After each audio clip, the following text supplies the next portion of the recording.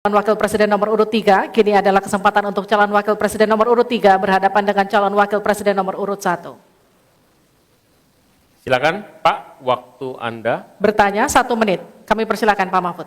Baik, Bapak Cawapres Pak Mohaimin, saya melihat ya di dalam visi misi Anda itu ada rayaan I-Core 45, efisiensi akan meningkat.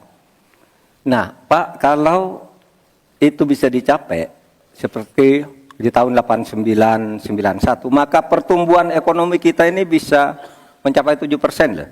Kalau 4 saja, Anda punya visi targetnya itu I-Core-nya 4 sampai 5. Padahal pertumbuhan dengan 4 saja itu bisa 7% pertumbuhan ekonomi nasional.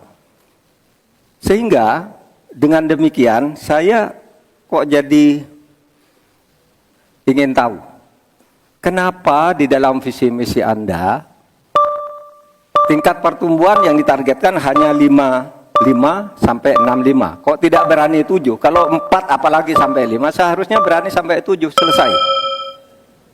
Silakan waktu Anda 2 menit. Terima kasih. Kalau membuat target pertumbuhan bisa saja 7-8% bisa saja.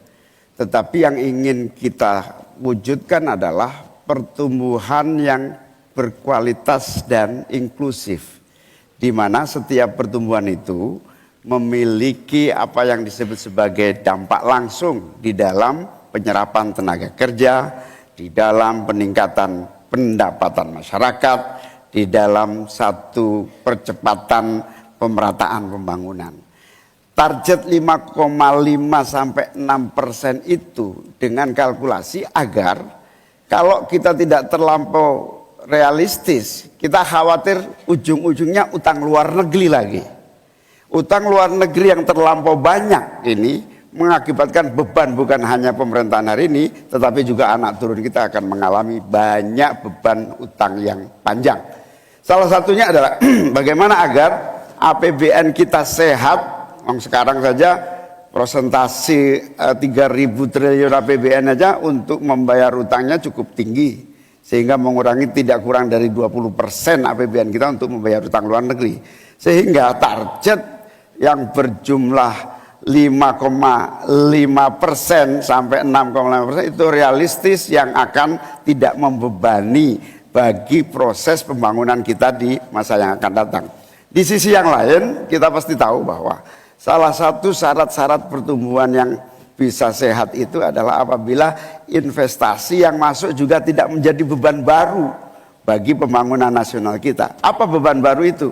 Yaitu tingginya tanggungan bunga-bunga yang harus, terutama kalau utang G2G, yang menjadi beban berat bagi APBN kita hari ini dan di masa-masa yang akan datang. Cukup Bapak? Baik. Selanjutnya dipersilakan untuk Pak Mahfud MD untuk kembali menanggapi, waktunya 1 menit, silakan Bapak. Iya begini Pak, kami Ganjar Mahfud itu mentargetkan pertumbuhan ekonomi kita itu 7%. Itu hitung-hitungannya mudah, tadi saya sudah sebut di pertama. Betapa saya menyelamatkan korupsi yang diurus kantor langsung saya aja 677 triliun. Itu kalau dibagi ke UMKM, itu luar biasa. Kemudian yang ditemukan oleh ICW sejak tahun 2014 yang sudah inkrah korupsi itu berapa? 233,7 triliun.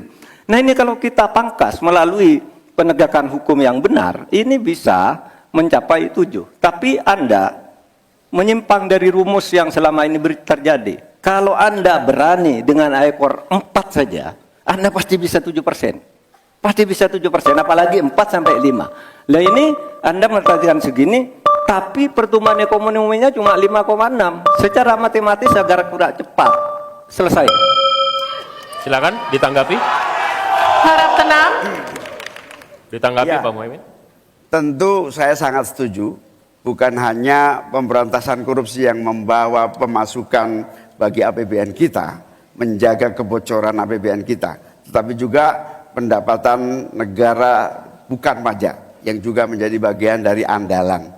Akan tetapi kita juga harus realistis bahwa 7% itu bisa jadi cuma omong kosong, di mana kenyataannya setelah APBN kita jalan sampai hari ini aja 5% yang diterapkan oleh pemerintah hari ini juga masih mengalami banyak kontraksi. Dalam arti utang luar negeri masih menjadi andalan utama, sekaligus kita juga menyaksikan bagaimana 5% itu realnya di lapangan tidak sampai 5%. Sehingga saya khawatir kalau target 7% itu dipaksakan, ujungnya bukan pertumbuhan yang sehat, tetapi pertumbuhan semu yang keropos. Baik, Tenang, kita lanjutkan. ya. Interaksi antara 3 dan 1 sudah selesai. Sekarang